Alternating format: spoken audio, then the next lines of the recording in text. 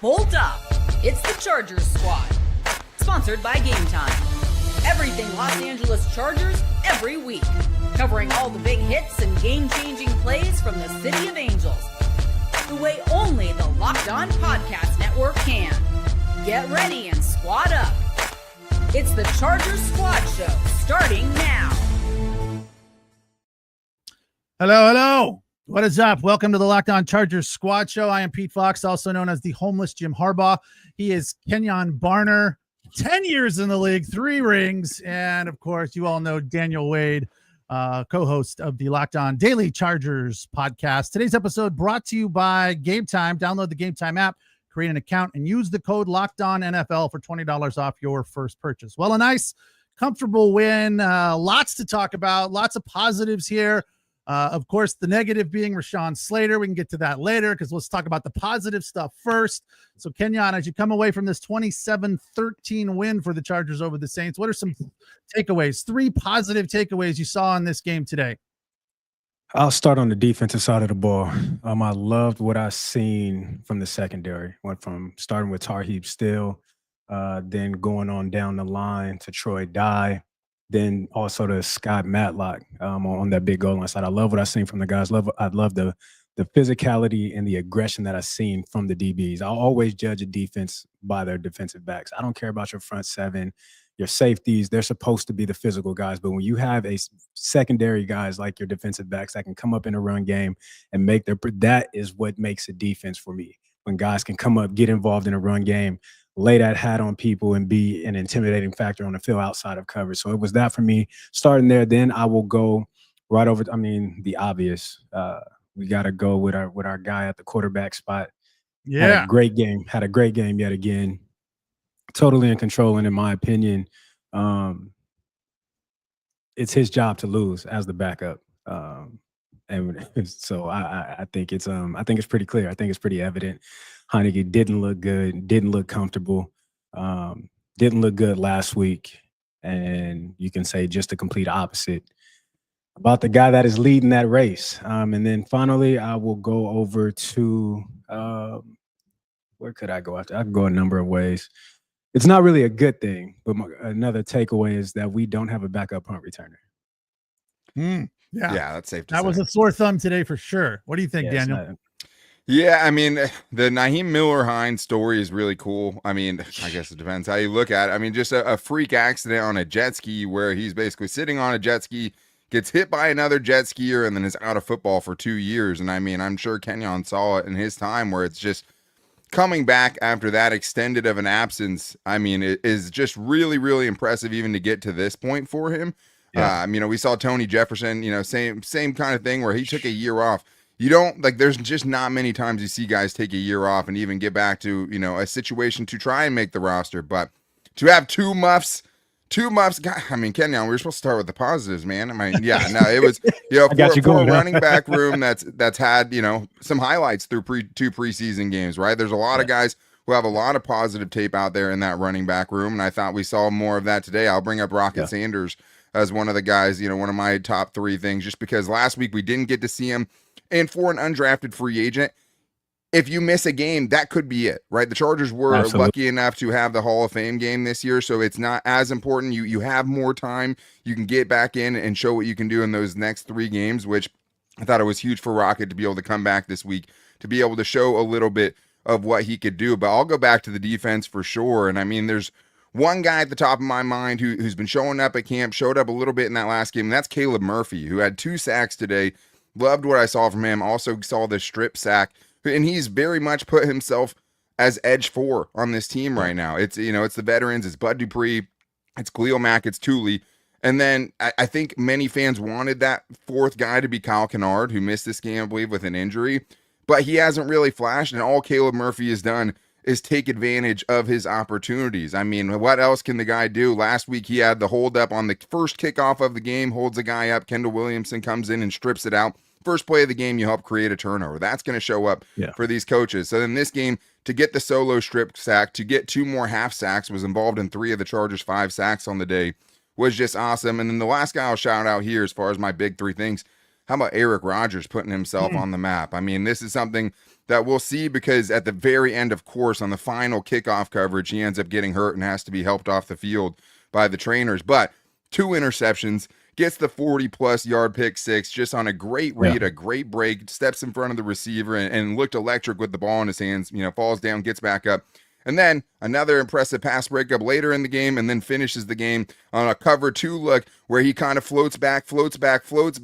He gets the throw, baits the throw, basically, jumps up and gets his second interception. I mean, all the talk's been about Nico Reed. He's been the undrafted cornerback who's been making a name for himself.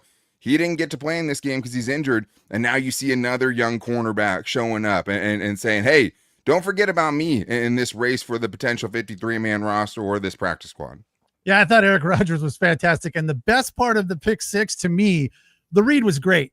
But the interception and then the spin move, the roll on the ground to hop back up and go, that was, I think, something we all as non-football players take for granted as to how athletic that is to be able to make that read, sell out, make the catch, do a Peter, you saying it would have looked different if I caught it and was trying to, roll back to my feet? I might have taken another couple of tumbles there on my way back up. He was gaining yardage the whole time, though. Absolutely. If I made a play even close to that, I would have just stayed on the ground. I'm like, this is good. Safe down there. We're good right here. But that was a fantastic play. I thought just overall the defense was stifling, as it was mentioned many times during the game. So, and people are talking about it in the chat as well, that the defense looked awesome, looks really good. Nice to see Bolt's quarterback run. That's another thing. Yeah, I thought that series when they scored the touchdown, Trey Lance made 3 really nice reads, nice runs, and explosive runs at that. So, we talked about it last week and I got ripped for it, Daniel. And I was just kind of echoing the sentiments of somebody in the chat, right? Saying that Trey Lance appears to be the second guy for sure. Somebody in the chat said, he's going to be one before you know it. And I said, we all kind of said that's not going to happen, but I threw it to Kenyon. Yeah. Do you see any, a package for him potentially? Because, it seems like there's something there. I know that's more of a college mindset for sure. And of course, I got slapped for saying, how dare you insinuate that Justin Herbert should ever be off the field if he's healthy. So I don't know. I still look at it and say, God, he just seems to be playing the game so well right now. It would be unfortunate if we never get to see him unless it's a blowout or Herbert is hurt. And we obviously don't want that. So I don't know. To me, right now, what we see from Trey Lance looks really good. I mean, he's explosive. He's running the ball. He's throwing the ball. I mean, he's zipping passes into people, putting passes in nice back shoulder, nice touch spots that are hard to get to. So, everything he's doing right now seems extremely positive, which is a good thing. But when you look at one little negative, Triquezy Bridges. Triquez Bridges. Sorry. That was rough. I was wondering about that name. I had to practice it a few times. He got burnt on that touchdown. That double move left him with his shoes sitting on the field right there, man. I was like, whoa, look out. But got caught with his hand in the cookie jar. Right. He wanted his own pick six there. But Jasir Taylor had some nice. There was just a lot of guys, as you said, Kenyon, putting hats on ball carriers and just explosive tackles from guys in the backfield. Tarheeb Still, RJ Mickens had a nice game, some nice tackles there. Great game. Early in the first half with that red zone stop, and then they kept them out of the end zone there, fourth down when they went for it. So all of that was super positive. Deshaun Hand at a nice second point. Is that dude a load? They talked about this during the broadcast as well. There's so many big dudes on the line on both sides for this team. They're all 300-pounders, and you just kind of you get confused as to which guy is which guys because they're all so large, which is a good place to be all in all. But go ahead. Another guy that we would be remiss not to mention is Imani Johnson. Making plays on special teams, that again on that goal line stand that they made, coming up and just absolutely laying the wood on the quarterback. He had a phenomenal game, showed up all over the place. Yeah, for sure. I mean, there was a lot of positives here, not too many negatives. The drop on special teams there, that was unfortunately he got one back, did Miller Hines, but the first one was kind of like boom. My question to you, Kenyon, when that happens, and you're a guy, trying to make this team, and Miller Hines has been doing good things. When that happens, obviously you got to just, strap it back up and get back out there. But does that, how much extra work do you have to put in to kind of overcome those type of situations? As a returner, it's not about overcoming. You got to have a short-term memory. It's hard, don't get me wrong, but you got to understand things are going to happen. Plays are going to go wrong. Mistakes are going to happen. Something bothered me about that was that the announcer was like, "Oh, he lost concentration." No, he didn't. It had nothing to do with concentration. He took a peek, seen where the coverage team was, looked back up at the ball, was locked in on the ball. He had wide hand. It was bad technique. And anytime you have wide hands on a punt return, it's going to kill you every single time. And that's all it was. But even on his second punt return, he didn't look like the same returner as he was on the first. He was much more aggressive. And then on the third, he's just completely out of it. It's that position is about confidence. You have to be bold. You have to be confident. You have to be aggressive.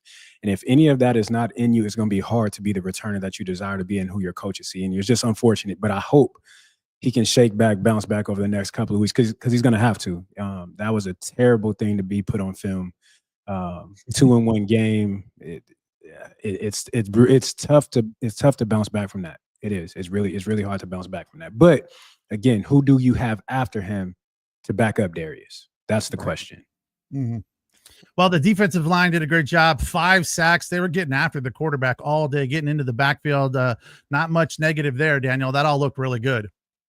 Yeah, and it is a room that is like kind of a total, committee approach. Like they don't have a guy. They don't have the guy. They don't have the one kind of main fixture that you can kind of build the rest around. It's kind of just a bunch of guys who are hungry. And I think in a room like that, the one thing that it breeds is you don't feel like there's guys ahead of you that you can't go catch, right? Like it feels like a room where it's like, hey, if I go and show out during these games, I'm going to get a chance to earn myself a role, to carve myself out some snaps in this rotation. So to see so many guys doing it, another guy to shout out, Jamari Caldwell, just the dancing bear. I mean, hopefully he's okay. I mean, yeah, he got a big solo sack. That was great. Seemed to be holding his arm on the way to the sideline after that. But, even like Tremar Morris Brash on the edge a couple times, some of the kind of unsung things, like just keeping contained and making a running back have to stretch it out and letting the defense rally to the football. Like you saw a ton of that today, not just a ton of open space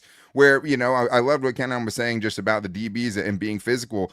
Like it is so important. So to have Tarheeb still at the beginning, set the tone, right? As a guy that arguably doesn't need to be in there, a guy that had 4 interceptions at the NFL level last year, right? He went out there and made a statement. But I think as far as that defensive line goes, I mean, you see Jamar Caldwell making plays. You see Deshaun Hand. You see Naquan Jones kind of holding things down in the middle. On that 4th down stop, you got Scott Matlock, right, who's mostly known as a fullback, getting the penetration that makes the running back stop his feet, that gives Troy Dye the chance to shoot in there and get a tackle for a loss. So last year was very similar where you went into the season like, who's the guy on this defensive line? It didn't seem like they had one. And then it ended up being Poona Ford, who was really, really good and, got a huge contract from the Rams because of it.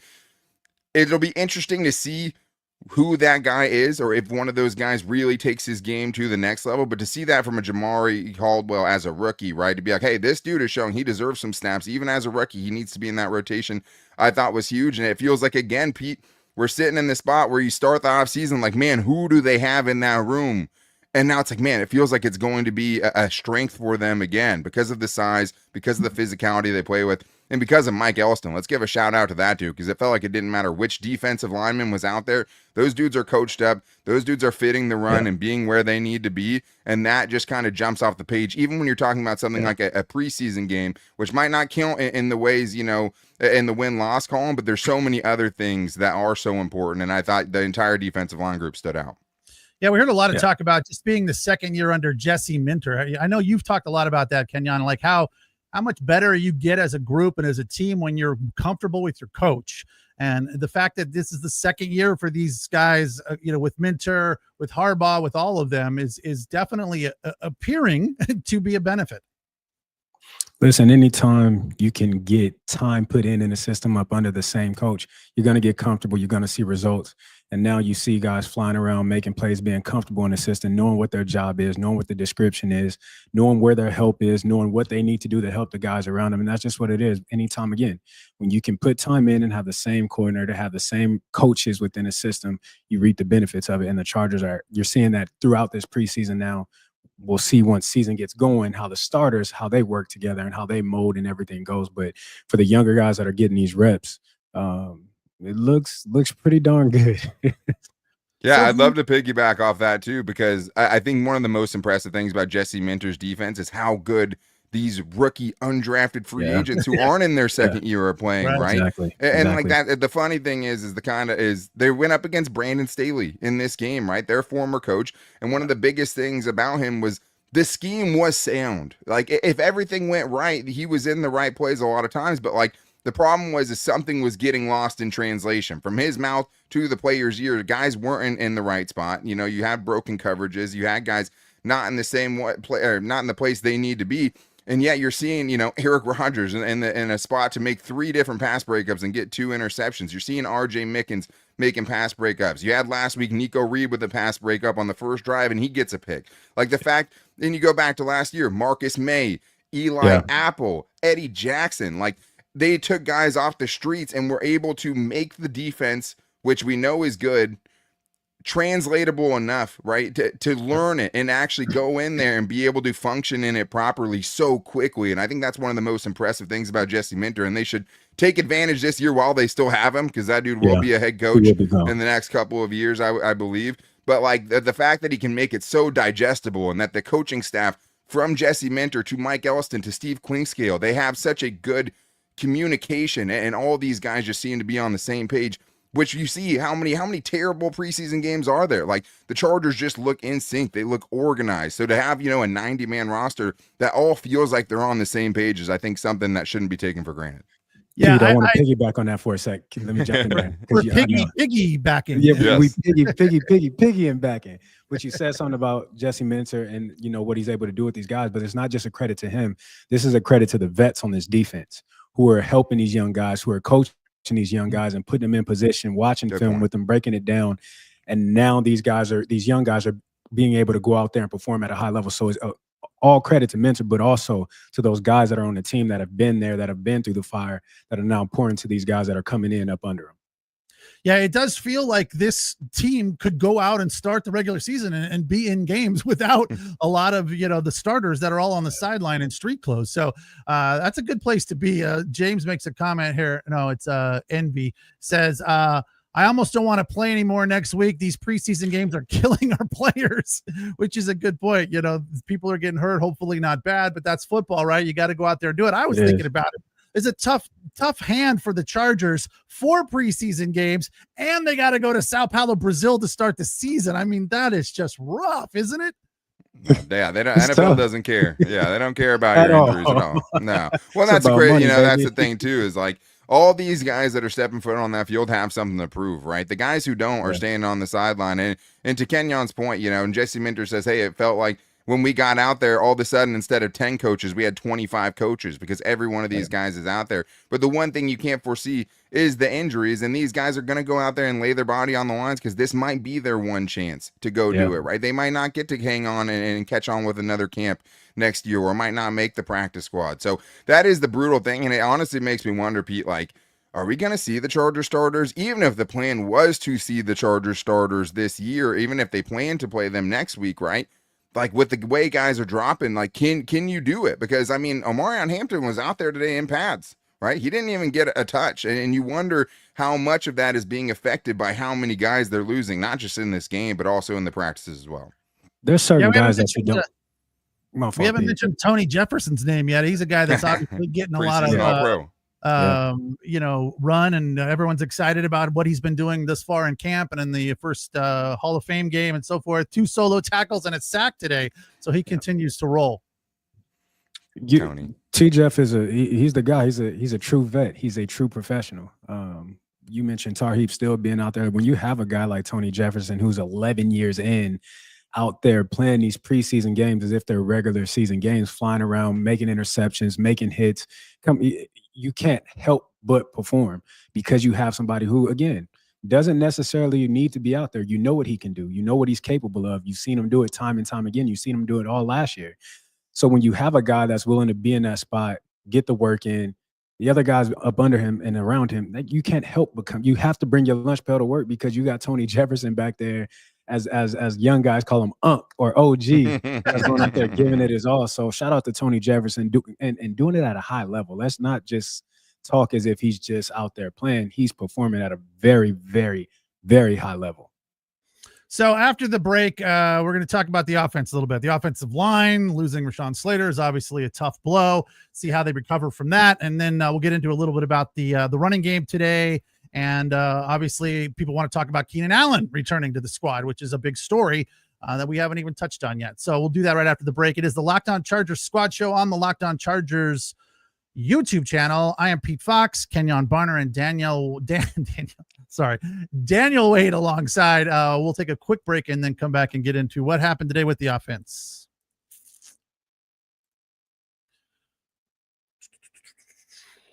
It is the Locked On Chargers podcast, postcast, squad show, brought to you today in part by Game Time. You know, I'm a big fan of Game Time. We've all been there, logging on early, waiting forever for concerts to get the tickets before they go on sale or when they go on sale so you can get the best available tickets. And then all of a sudden, because there's just an overload of people there, you lose your spot and you don't get to go to that game or that concert that you've been dying to see. Live music should be about making memories, not dealing with the stress of ticket shopping. That's where Game Time comes in. Game Time makes getting concert tickets faster and easier than ever. Prices actually drop as you get closer to showtime. So the longer you wait, the braver you are. You could save up to 60% off tickets with these killer last-minute deals and so many great things to see and benefits and features that are available to you on Game Time, like a panoramic seat view from your app, so you can buy the ticket and be confident that you know where you're going to be sitting and how close or how far from the stage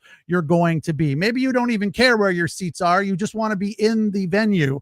And then they'll show you exactly where you're sitting, and this will be the best opportunity for you to get a great deal. You also have the Game Time guarantee, which has your back with cancellation and protection, so to verify that the tickets are in fact authentic. So download the Game Time app, create an account, and use the code LOCKEDONNFL for $20 off your first purchase. Terms apply. Again, create an account and use the code LOCKEDONNFL for $20 off. Download the Game Time app today. Last minute tickets, lowest prices guaranteed. All right, welcome back. It is the Locked On Chargers Squad Show on the Locked On Chargers YouTube channel. Pete Fox, Kenyon Barner, and D. Wade. We're talking about a comfortable 27-13 win today over the New Orleans Saints. We spent a lot of time, first 20 minutes, on the defense because it was really the highlight of this game, honestly. But the offense looked good as well, except Keandre Lambert-Smith. We all kind of fell in love with him pretty quickly, through the stories we've been reading about what's been going on at camp. And he had a fantastic game in the Hall of Fame game against the Lions. It started early and he just played well throughout the entire day.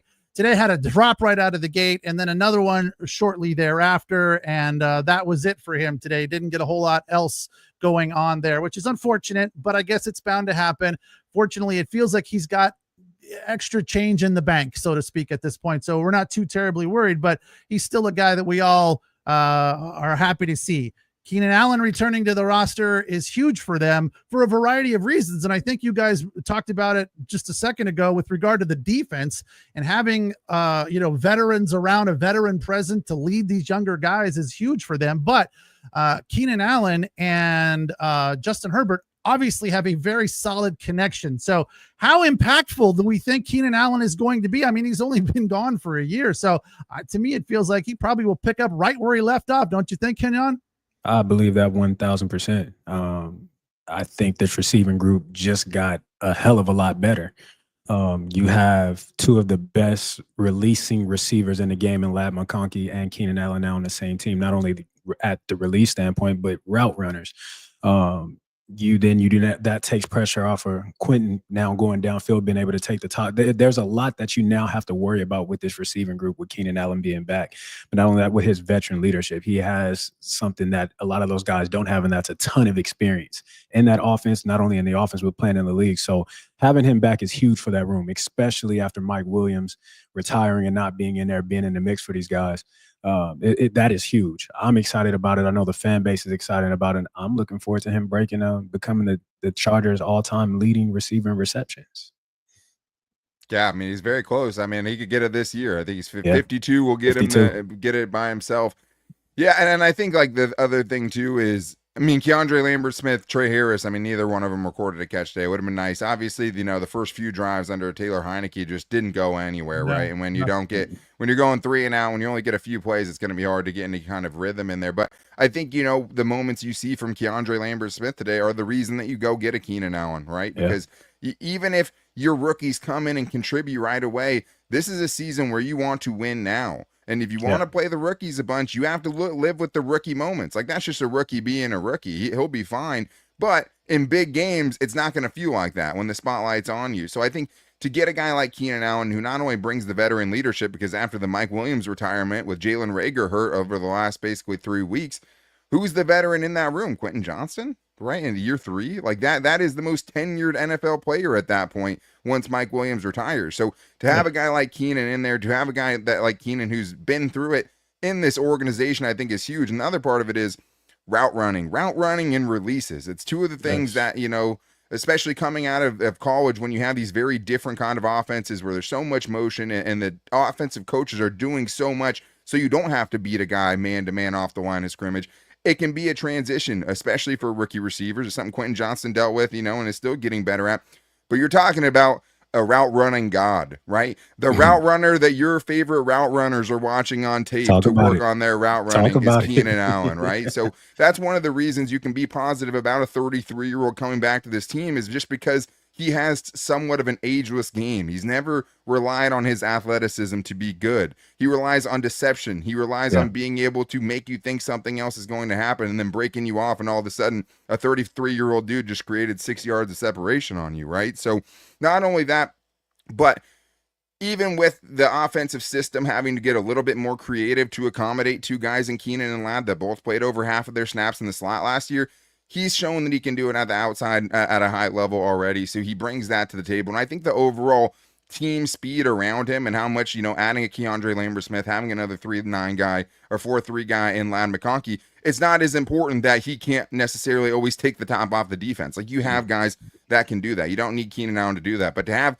him there to show these guys what a good release game looks like. I mean, I'm sure Kenyon saw the clips coming out of the Senior Bowl where you see these dudes throwing 7-8 moves off the line of scrimmage before they're breaking into their route. And it's just like, that's not football, right? Like, you have to know what you're doing right off the bat. And the one thing that takes you out of a play, especially as a young wide receiver, as the wide receivers in general have gotten smaller, is if they get hands off on you right on the line of scrimmage, like that throws off the total play. Like it just, the timing, everything is off and becomes a lot harder, which is something you deal with a lot with rookies. Keandre's release game already. I mean, if you saw what he did last week to former Charger DiCaprio Boodle on that touchdown, I mean, he has a release game, but for him to be able to refine that for a bigger wide receiver like Trey Harris to learn from Keenan Allen, man, I think it's invaluable. I'm really excited they brought him back. Pete, I think we're missing the biggest component to this. What's that? We talked about Keenan Allen being important to the receiving room, and we talked about this a lot last season. It took a long time for Herbert to find a go-to guy. Ladd became that. Yeah. Now he has his guy back. So that adds a completely different level of comfort at the quarterback spot for Justin Herbert. And now knowing, okay, if all else fails, I know I have my guy Keenan Allen here. I know where he's going to be. I know how he runs his routes. I know the timing of his routes. So that's just a big that's another upgrade for this offense. 100%. Yeah, it's such a huge thing that I think we take for granted. When a quarterback is comfortable with a receiver, they just fall in love with that guy because they know where they're going to be. Tom Brady always had a guy like that. Like he would just, that guy would be where he wanted him to be. And he knew that if all else fails, after I check down a couple of times, that guy's going to be there. And you're right, that's going to be really huge for them. So it's definitely an addition. Dalevon Campbell led the way today, 3 catches on 4 targets, 62 yards, including a 49-yarder, which was huge. Awesome. You guys talked a lot about route running. I thought Oronde Gadsden the second today had some nice routes. They were not elaborate, but they were precise, down and in, post route. They were pretty precise. And I thought that it was nice to see. I mean, he's the son of a professional, so obviously he comes with a lot of experience, but this is a guy, Daniel, that he's on the bubble for sure, right? Oronde Gadsden, I mean, yeah, no, he'll make the team. No, he's gonna make the team for sure. I think the thing is like the nice thing in front of him, even as a 5th round pick, he brings a different element they don't have in that room. Like as a former wide receiver himself, he's a guy that you see the kind of finer nuances of being a receiver in his game, and we've seen it in some clips. The biggest thing for him was always going to be the physicality, right? Can you get to the second level and pick off defenders there? I like Andy Bischoff, the tight ends coach, said, if we're asking Oronde Gadsden to block a 300-pound defensive end, that's on us, right? That's not on him coming out of college and not be able to do that. But hitting guys at the second level, being able to be in the right spot in the right time is what's more important for him. So to see him have a couple catches in today's game, I thought was great. I mean, he early in camp was kind of one of their more explosive players, and he really shined before camp and mandatory mini camp. He had like a 5-catch day where he was just 20+ yards here, 20+ yards there. That's never the part of his game you question. He brings a different element than Tyler Conklin and Will Dissly ahead of him. Yeah. The nice thing is Will Dissly and Tyler Conklin bring the things to the table that Oronde Gadsden doesn't. So you have a floor there as far as the blocking ability. Will Dissly, one of the best blocking tight ends in the league. Tyler Conklin, a very all-around tight end. No frills, but knows what to do in what situation. So I think if they had, a Darren Waller in front of him, if they had kind of a more pass-catching specific tight end ahead of him, maybe it'd be tougher for him to make the roster. But Absolutely. He's kind of the only guy that fills that specific role. And I think he brings the level of juice to that tight end room that they're excited to kind of, nurture and be able to kind of see how that goes over time. How much of an impact is he going to make early on?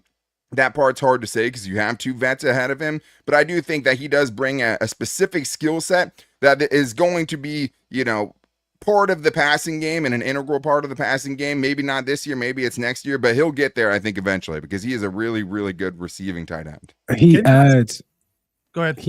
He's a pure route runner. Yeah. And that, as you said, that's something that Will Dissly and the other guys do not have. And that he puts me in the mindset, this is not saying who he is or what he will become. Only time will tell. Greg Olsen was not a pass blocking tight end. It was not good. It was not good. But Greg Olsen was a great route runner. He was a great guy that when it came to time, exactly, he was a mismatch problem. He was a nightmare for defenses. And this is what the potential of Oronde is. If he can develop and continue to develop underneath those guys, when he does get his spots, execute and become better, I think he'll be just fine. Envy wants to talk about the running backs here. How do we choose between these running backs? I want them all. Maybe Hines can take the L, but even then, it's a good point. Kamani Vidal started the game today with some nice runs, hitting the edge and exploding, which was nice to see. Hassan Haskins, who of course Harbaugh is familiar with from his days of Michigan, had a nice game, 6 carries, 33 yards, and Rock Sanders, 10 carries, 42 yards, and a touchdown. Of course, Trey Lance led the way with 7 carries for 48 yards. All of these guys look good. I mean, it is going to be a full room. Kenyon, who's the early odd man out? It's tough. Glad you went to Kenyon first. Right. It's tough. If I'm looking at the room, right, and I'm seeing what we have in place, in my opinion, I think it's Hassan. Mm-hmm. I think he's the odd man out. And especially in the short little glimpse that we got of Rocket, that touchdown run that he had, listen, the jump cut, get in, the one stick, get around in the speed. I said, okay, he has something. He's just as big. He's big as Hassan, but he has something extra that Hassan doesn't have, and that's the ability, the agility to get in, to get out, get around the edge. I would hate to be the running back coach and the GM to have to make this decision at the end of this camp, because you do have all these guys are very capable, and all these guys, the way that they're playing, they're deserving. It's tough. It's a great problem to have. Let me say that. Yeah. So fans, don't be mad at this, because there's a lot of teams that they already know the guys that are making this team throughout a lot of NFL teams. But right here, you have a true issue. You have a problem. You have a headache that you have to figure out, because all these guys, again, they're all playing well. They're all performing in their spots when they're getting the opportunity. They're making the most of them. So this is a great problem to have, and I feel sorry for whoever doesn't make this team. Is it just what we got? 4, or can we squeeze 5 in there? You think? No. Well, it's hard because they have Scott Matlock. So are you taking up a roster spot for Scott Matlock as a fullback and then also keeping 4 running backs like that? That seems unlikely. So like, I think to Kenyon's point, the nice thing is whoever makes it's going to have earned it, right? Like It's not like he ran away with it and there was no competition whoever gets that final spot, because you're talking about at this point, if things ended now, somebody who would be getting cut who had a good preseason, who had a good camp potentially, and that's tough, but that is what good rosters do. And I think the total wild card in this situation, Pete, is you have no idea what's happening with Najee Harris, right? Like Najee Harris is penciled in on our depth charts as RB2 right now. But if he has to start the season on the PUP list, right, maybe that opens up another spot for, a Rocket Sanders or a Hassan Haskins. Hassan Haskins, his major role last year was on special teams. And so that would be my challenge to these other young running backs is, hey, who can show that on game day when maybe you only have 3 running backs active and you're not going to have Najee or Amarion Hampton out there running on special teams, who can prove there's something else to their game? They're all good runners. We're seeing it, right? Who can bring that extra element to their game to show, hey, this is what's going to earn me a roster spot. Not only can I run the football, but I can bring additional special teams value. And at the end of the day, when you're making these really tough decisions for this 53-man roster, that might be what ends up winning you that spot. Because, I mean, Rocket, man, like, Kamani looks better than he did last season. It feels like Jarrett Patterson today, I don't, maybe it was hurt. I didn't see it, but like he missed this game and didn't play in this game, and the rest of the guys all still looked really good. Naheem Miller-Hines obviously has the 2 muffs, and it's like that's his spot, right? He's showing, hey, I could also, if anything, you don't want to have Darius Davis out there as your punt returner, I can be the punt returner. That's obviously a tough sell for him now. So it's like, how can these guys show they can bring a little bit of extra value? Because between, Kamani Vidal, between Rocket Sanders, between Hassan Haskins, they're all running well, man. So who can do that little extra thing to show, hey, this is the reason I should be that 53rd guy? You are 1,000. You played some special teams too, Kenyon. I know. I remember. I was watching you on TV. Yeah, I was gonna say I had a very similar. This was during the season when I was playing for the Philadelphia Eagles the year we went to the Super Bowl. It was myself, LeGarrette Blount, Jay Ajayi, Corey Kmet, Wendell Smallwood, Donnell Pumphrey, and Darren Sproles. Darren Sproles got hurt, but we brought Jay Ajayi in. When we brought him in, I knew my job was safe because I do something no other running back in this room does. I play special teams. I return the ball. I can run down on kickoff. I can do it all. So which one of you guys are going to the bench? Because it's not That's how you spend 10 years in the league, man. That's how you do it right there. You're a great example of that. You changed my mind when it came to his son, because I completely forgot about the special teams aspect that he brings. So again, it's gonna be tough.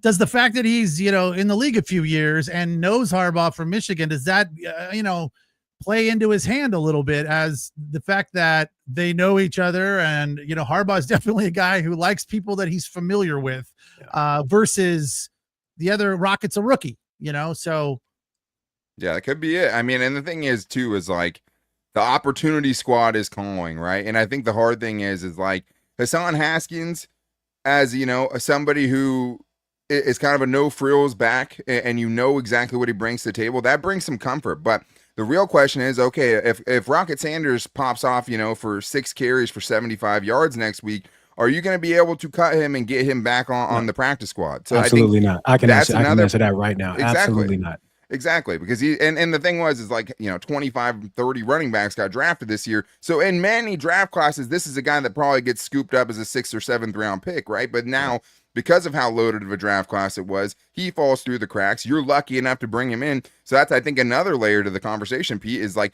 which one of these guys do we think we could sneak back on? We'll release him. We still want him, right? But we'll get him on the practice squad because we don't think another team's going to come for him. You're cooking, Daniel. You're cooking, boy. You're cooking. Wow, that's working overtime right there on the maneuvering of pieces around the chessboard. All right, let's get to the ugly story of the week. Rashan Slater tears his patella, had surgery already, I believe. What this means is that Joe Alt, who was going to play right tackle, is now moving to left tackle where he played in college. So is that a little, as terrible as the story is that a little bit of a benefit for Joe Alt to go to a position that he's a little bit more comfortable with? And Trey Pipkins is no slouch either. So is it potentially not as bad as we all think, or is it pretty bad still? Man, that's rough. The thing is like, this is the nice thing. I'm not worried about Joe Alt. And it's nice to be able to say, okay, Justin Herbert's blind side will be protected. And there's not many times you could ever take a Rashan Slater and lose him and feel good about the guy who's taking his spot. It's almost impossible. But that's what the Chargers have with Joe Alt, and part of the reason they spend a top 5 pick on him. That being said, that doesn't end the conversation there, right? Because when Joe Alt moves to the left side, that leaves Joe Alt's position vacant. And then you get Trey Pipkins, right? He has over 3,000 snaps played. And I think the fan base is coping to some extent, right? Like, we have seen Trey Pipkins play at an average level, play at a good level at times through stretches. And I think that it's just, you're losing Rashan Slater. And this is the big thing with the patella tendon specifically. It's not an ACL, right? It's not an MCL. It is more significant. And I think the thing is, especially with the contract that Rashan Slater has, if we're talking about just the business side of the NFL, you have to hope he comes back, because there's $92 million guaranteed money, right? As far as already tied up money that you have invested in him. So, like, you need him to come back. Joe Alt will be great on the left side. And I think as far as the right side goes, man, like, this coaching staff, you bring in a Jim Harbaugh and his coaching staff for a reason, right? It's not to make Rashan Slater play great. Rashan Slater's going to play great. Rashan Slater's a great player. You bring in a Jim Harbaugh to get the most out of the rest of those guys, to be able to weather the storm when you lose an all-pro left tackle. So I think they'll be good on the left side. The effect of it is going to be super impactful to the offense. But you just have to hope that with this coaching staff, they can coach him up and try to mitigate the damage on the right side, where now you have, hopefully Mekhi Becton out there, but also Trey Pipkins getting another shot to show that he can play tackle in the league. I think it's for Trey Pipkins, opportunity they don't continue to come around. And so for him to have this opportunity again, I really think this should light a fire up under, and we should really see a different version of him that we've never seen before. Because again, contract year too. Absolutely. You shouldn't be starting right now. And that's just the honest truth of it. And you're lucky to be back in that spot. So now what are you going to do with it? What is your mindset? What is your mentality? You got a lot to prove. You've done it. You've played well. You did it. You've done good. But can you be great? Do you want to be great? That's the question that he has to ask himself. But we're going to be just fine on the offensive line. We've seen this last year when we had some injuries. Guys come in, got ugly from time to time. But we pulled through and made do it what we could. I'm excited to see what this season looks like from an offensive line standpoint. Yeah, it definitely feels like this team just got a lot of depth, and the second year under Harbaugh is definitely positive. It feels like everyone's getting more comfortable. As we've said, watching these preseason games so far, they felt more like regular season games than we're used to. As far as the play, Taylor Heineke was not good today early on. It just didn't look good. But the second Trey Lance got in there, for the most part, that guy seems to have something to prove. And the running backs, there's a lot of guys on this team that are trying to earn spots and prove something. So they go out and play hard, and that's a good spot to be 2 weeks into this preseason season. 27-13, the final. Chargers now unbeaten on the preseason. We'll take the final break and come back and get into whatever else is left. I'm sure there's still a few more things that we haven't touched on. He's Daniel Wade, co-host of the Locked On Chargers daily podcast right here on the Locked On Chargers YouTube channel. Of course, y'all know Kenyon Barner, 10 years in the league, 3 rings, and we all look up to him and say, 3 rings? 3 really? rings? God. You were Tom Brady's guy, right? Tom Brady brought you along with him, didn't he? No, God brought me along. God brought me along, okay? Blessed. All right, we'll take the break, come right back. It's the Locked On Chargers Squad Show on the Locked On Chargers YouTube channel. Today's episode also brought to you by Yahoo Fantasy. It's the best time of year, of course. Football is underway. NFL is kicking off. It's almost here. We've got preseason right now, of course, and that means fantasy football season is back in full swing. And this year, Yahoo Fantasy is turning things up with a fantasy football experience like never before. Okay, they want me to say I'm playing fantasy with Kenyon, which it's not true. We're not doing that. But nonetheless, that doesn't mean you can't. Playing Yahoo Fantasy should you should play Yahoo Fantasy too if you're a first timer or a veteran making your millionth league. I'm not a big fantasy guy, I'll be honest. I have tried it a few times, and I did it with Yahoo Fantasy. I was not good, and therefore it wasn't fun and interesting to me. But it has without a doubt changed the landscape of the NFL, thanks in large part to Yahoo Fantasy. To celebrate 28 years of fantasy football greatness, Yahoo Fantasy is dropping 28 big new features over 28 days throughout August. To kick off, they just dropped Yahoo Fantasy Guillotine Leagues, a killer new way to play fantasy football on Yahoo, where the lowest scoring team gets eliminated each week until there's one team left standing. With the season around the corner, now's the time to get your league together and get this new mode in play. Give it a try. If you're more into the classics, you can still play in the head-to-head private leagues or join a public league. Stay tuned for more killer announcements and start playing Yahoo Fantasy Football now at yahoofantasy.com/LockedOnNFL. The Locked On Chargers squad show on the Locked On Chargers YouTube channel. Yeah, Yahoo Fantasy was great. I enjoyed the technical aspects of it. But here is my problem with fantasy. Anytime I would have my defense playing against one of my top offensive guys, I was like, they're playing against each other. I'm competing against myself, and that would drive me insane. I was like, wait a second, I don't want this. So that was one of the many things. And then there were times where I would put effort into it and I would get my butt kicked. And then there were times when I would let the computer do it and I would do well. And I'm like, this is just a big waste of time for me. I'm so not good at this. So, but watching football, I always say I'm into reality football, not fantasy football. I enjoy watching and placing wagers. That's a whole different thing. So we have sponsors for that as well. Today, the Chargers 27-13. They played a fantastic game on defense. Trey Lance, 7 of 14 for 55 yards. He ran the ball for 48 yards.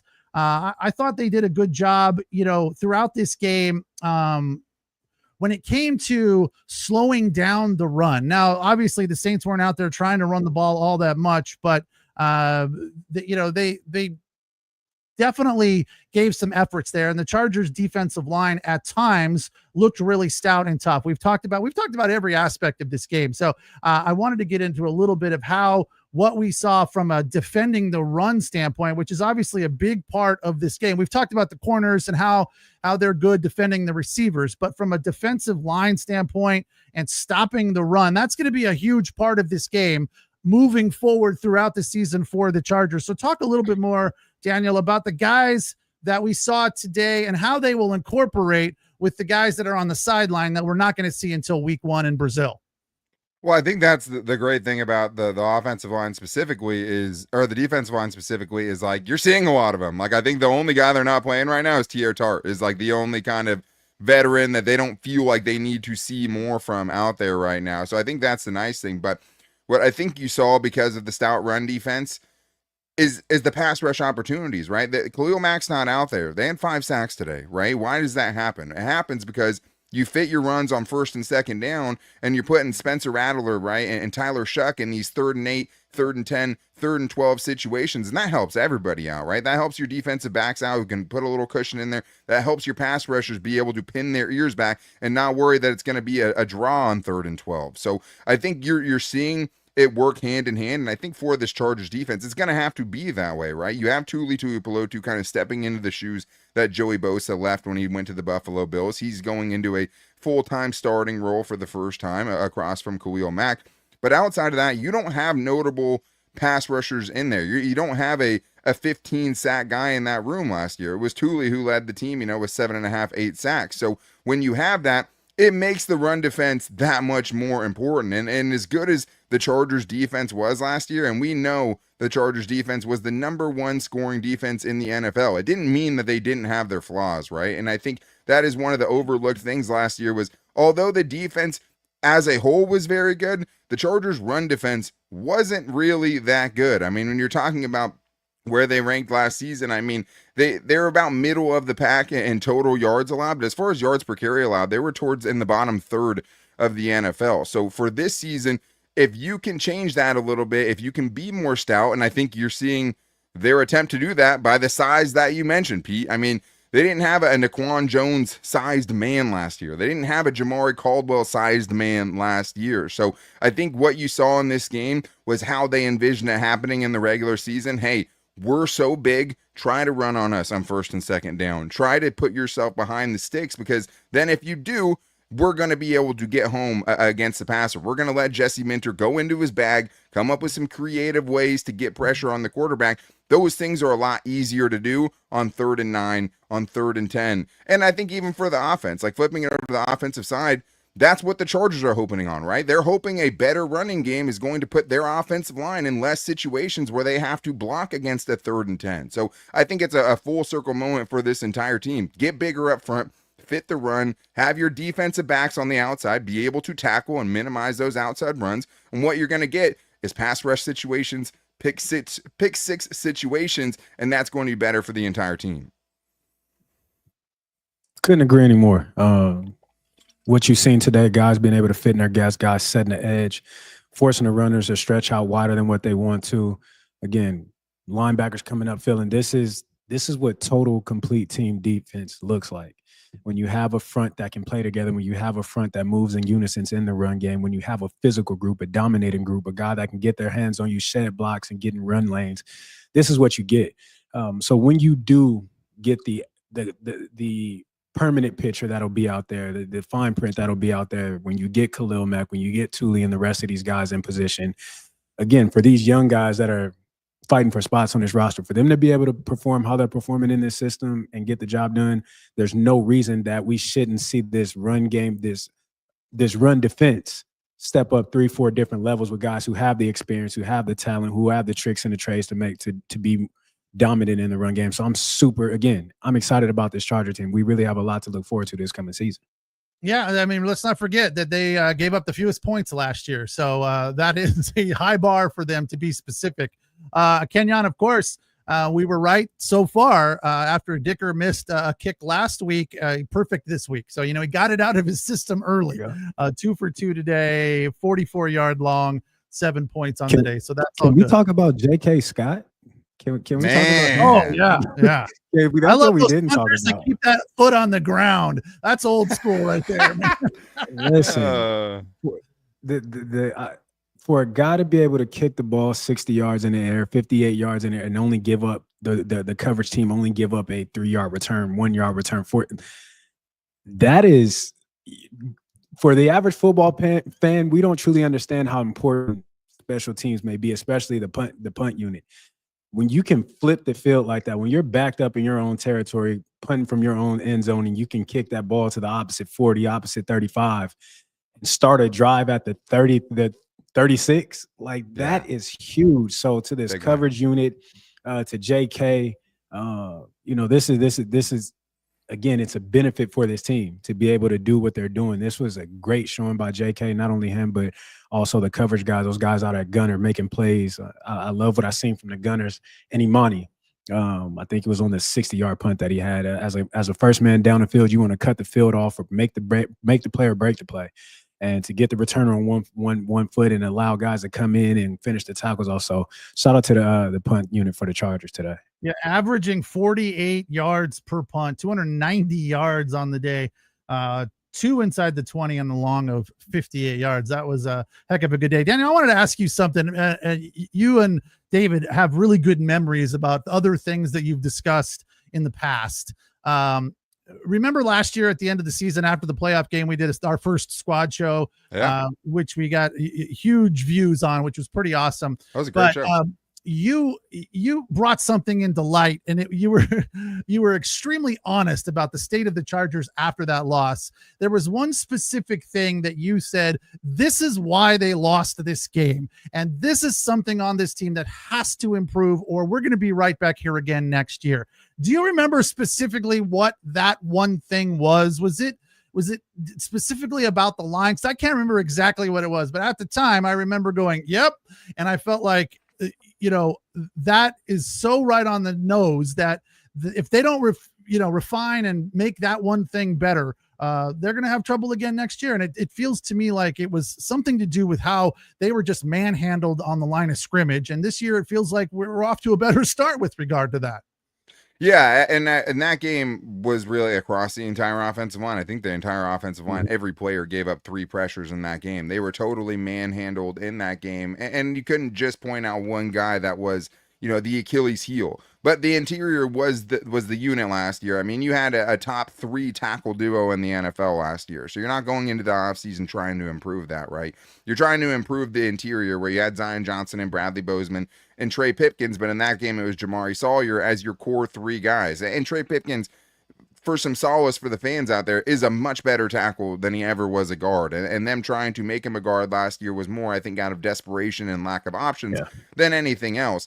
And I think it's fair, to be a little bit critical of what the team did to try to improve that interior this year, especially when you're talking about Zion Johnson and Bradley Bozeman. Like, I think that Mekhi Becton, with the physicality, with the brand of football this team wants to play, I don't know if you could have found much of a better fit than him as far as what the Eagles did last year, mowing people over, and then what, they want to be on this offensive line. The problem is you're going to run back 2 of the same guys at center and left guard with Zion Johnson and Bradley Bozeman. Now, there's a couple of different thought processes there. Hey, could those guys get better chemistry, in another offseason, a full offseason in Greg Roman's offense? Sure. But the problem is that you kind of had the Zion Johnson center experiment, and then you had Bradley Bozeman playing guard, which he hadn't done since 2020. And now you had to wonder, hey, are you giving any of these guys the best chance to go and be the best at the position that they're going to be playing for you this year? Or are you trying to get a little bit too cute with it and maybe taking valuable reps from someone like an Andre James, who should have very much been in the mix to try to start at center for this team? So if you're only going to improve, I went in the offseason saying one thing: can you get 2 improvements on the interior? You can't just remake your entire interior in one offseason. It would be really tough to do. I wanted to see them make 2 moves there, and then you can maybe hide 1 weak spot. It's a lot harder to hide 2 weak spots, right? Yes, So I think with Zion Johnson playing some center, the hope there is, hey, him having a better understanding of protections, him understanding better what the center is expecting from him when he's playing left guard, all of those things can be benefits for you. But I wish maybe either we saw Zion Johnson just be the first team center in every practice leading up to when Jim Harbaugh seemed like he finally made the decision that it wasn't going to be that, or give the guys, put them in the positions that you're eventually going to end up having them play anyway. So I do think that one of the biggest storylines going into the season is, hey, you have those two dudes next to each other. There's going to be a new left tackle with Joe Wall on the left side and Zion Johnson at left guard and Bradley Bozeman at center. Is it going to look like they have egg on their face at the end of the season because it was something that felt so obvious that needed to be improved last year, but maybe they didn't have the resources or, put them into different places where they felt were bigger needs, but you're still running back 2 of the same 3 on an interior that, Joe Ortiz, when asked about it, said, hey, we won 11 games, right? You won 11 games in some of those games in spite of your interior or not because of your interior. So I just hope that we don't get to week 8, Pete, and say, man, we knew it, right? Like, this is exactly what we're afraid of, and it's coming to fruition. Hopefully they change the narrative and we're saying, man, this team saw something we didn't. These 2 dudes are playing a lot better next to each other right now, and this offensive line is a strength of this team on the interior. I think I just want it to be easier for Justin Herbert. We all know what he's capable of. It's just like, he had a great year last year, right? But what did it end up being? Nothing. So I would like for it to be more of, we all consider and go, yeah, he's a top quarterback, but he really hasn't done anything yet. So but they have Trey Lance now. So you know what I mean? Maybe they don't even need Justin Herbert, going back to last week's conversation. No, I'm just kidding. Another shout out to Trey Lance though, man. I mean, a guy taking, like, I think you saw, we didn't really talk about Taylor Heineke, 1 out of 4, just none of those drives got started. And then you see Trey Lance out there, and it felt like the key difference, right? And the guy maybe you want backing up Justin Herbert is when things go wrong, Trey Lance has that option in the back of his, mind. I can go, right? And Taylor Heineke doesn't bring that to the table. 7 of 14 is not going to woo anyone in the box score, right? But leading your team in rushing and also picking up several key 3rd downs with your legs, especially for a guy like Greg Roman, where I think in his wet dreams, man, like, he is trying to run the ball, have a read option quarterback. And if Justin Herbert's not out there, you can't have another guy come in and be Justin Herbert. But what you can do is, hey, lean into a strong running game, lean into Trey Lance's ability there, and that's how we'll win games if we don't have Herbert out there. God forbid. What we're seeing from Trey Lance, and I think the highlight and the biggest spotlight on him is his ability to move the offense, whether it's passing or whether it's running. It's just his ability to get the offense going and move them down the field prime example of that 14-play drive for what was it, 85 yards that they went on. Just as a quarterback, you may not always be able to go out there and throw for 400 yards and 3 touchdowns. Sometimes you just got to move the offense the best way that you can and get the best result, which is always putting the ball in the end zone. And that's what he's been doing this preseason. Yeah, he does. He seems very comfortable out there. And I no like turnovers through 2 games either, which is probably the last time we saw him, man, he had 5 interceptions and 2 fumbles against the Chargers in the final preseason game last year. He was the victim of Tony Jefferson, who picked him off twice, forced a fumble, and sacked him. I mean, that must have been an awkward reunion in the locker room for sure, But I mean, to see that game, man, but he put up almost 400 yards of total offense in that game, right? Like, outside of the 5 interceptions, you're seeing what he can do. And that is it's like, hey, and even in that game, I think the one, Fair's criticism of Justin Herbert in that playoff game was like, man, I understand your receivers are outmatched. I understand that offensively, you don't really have what you need to go up against this defense, but sometimes you have to take it on yourself and scramble and pick up a first down and get something going and be the spark that your offense needs.